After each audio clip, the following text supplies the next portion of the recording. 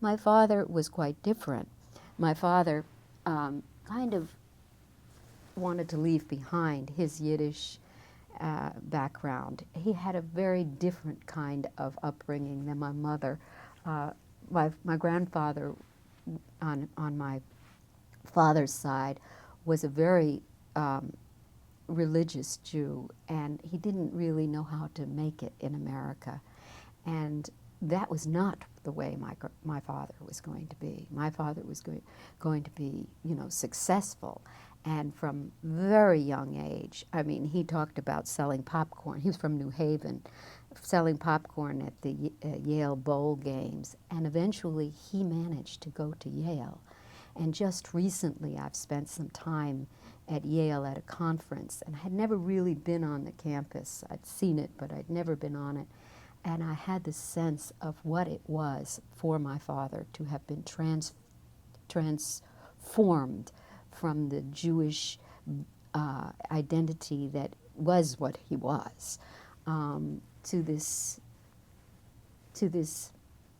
elite American place where he was friendly with the wealthiest of the young men that went there. They were mostly all wealthy. It was unusual for a Jewish boy to be there.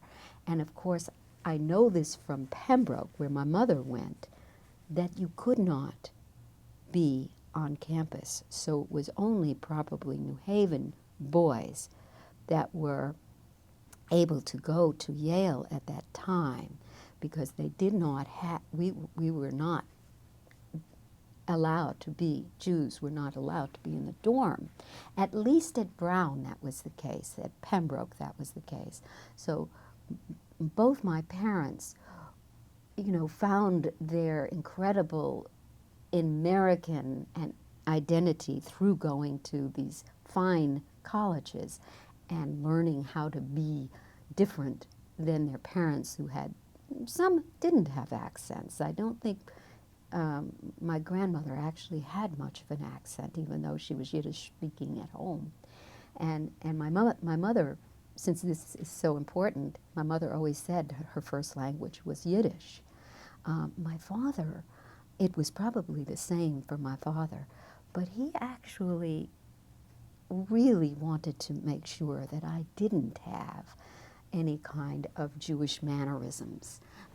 He had really honed those out of his body aspect, his physicality. He was so American in the way that he identified